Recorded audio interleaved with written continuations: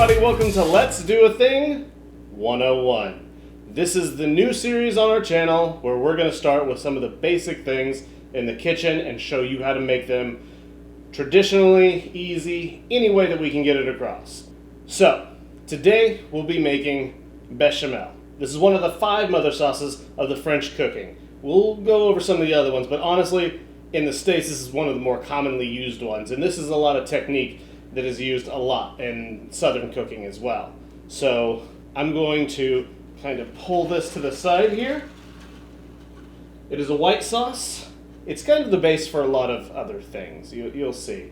But what we have here, ingredients-wise, is 1 bay leaf, half an onion. This is the thing, this is the traditional French one. This is made by weight, not by volume. So you can't measure this with a teaspoon or anything like that. You have to have a scale. Stick with me to the end. I'll make one that is much quicker, easier, and you can do by volume. So this is 40 grams of flour, all-purpose flour, 40 grams, equal parts of butter, a little bit of nutmeg to your taste, salt, pepper, and milk, 500 milliliters of milk. That's all this is. Okay, so we've got our burner set up here. We're going to start with our roux, and that is equal parts flour and butter. This is going to be over pretty low heat. We do not want any color on this butter. And we're just going to let this cook down. You'll see a few little bubbles on the top, and that's perfect. Again, do not brown this. That's not what we're going for. What I'm talking about right here, this is okay. We want this, because this is just moisture left over in the butter that is evaporating, and we want to get rid of that. But you see that this is still very yellow, very butter color. There's no browning of the milk solids or anything like that. So we'll come back as soon as these bubbles start to die off. See, this is the part where we want to stop. It's just starting to turn color. We don't want any color. So we'll go ahead and kill the heat. Okay, we're going to let this flour continue to cook for just about 2 more minutes, just enough time for that raw flour flavor to get out of it. Okay, so we've got a bigger pot here, and what we're actually going to do is we're going to add this milk and then all these ingredients. I know, onion, bay leaf, nutmeg, salt, pepper. Usually there's even cloves in there, but I'm not a big fan of cloves. I'm sorry. But we're going to bring that all up to temp real slowly, and that's just going to simmer for a little while our roux cools down. And that's going to infuse the milk with a lot of different flavors, and then we're going to add the milk to the roux. I'm going to turn this on and bring it up right before a simmer. So this has been going on a very low heat for about 15 minutes now. All the flavors have infused. It's looking nice. It smells great in here. All we're going to do is strain this through here into this, something a little bit easier to pour. And then I'm going to put our roux into this bigger pot, and then we'll combine the two. Add it slowly. Get this all broken up, and then all the rest. And as you can see, there are no lumps.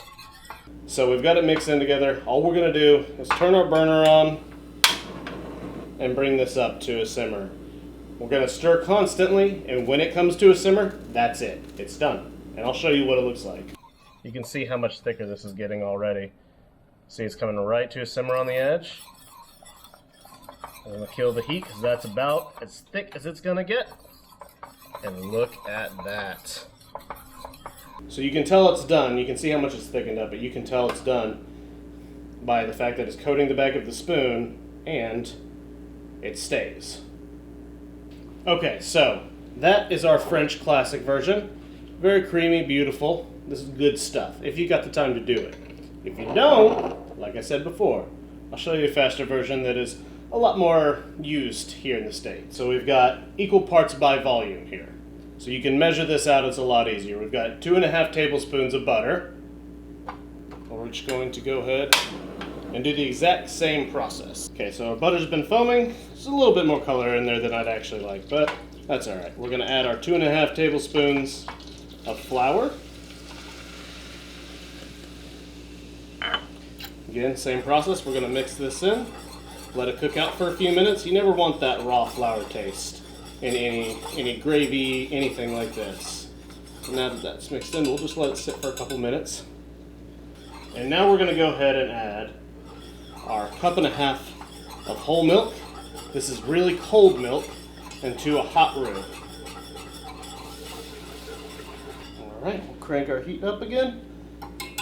And right before this comes to a simmer, just kind of stir it continuously because it'll get thick on the bottom.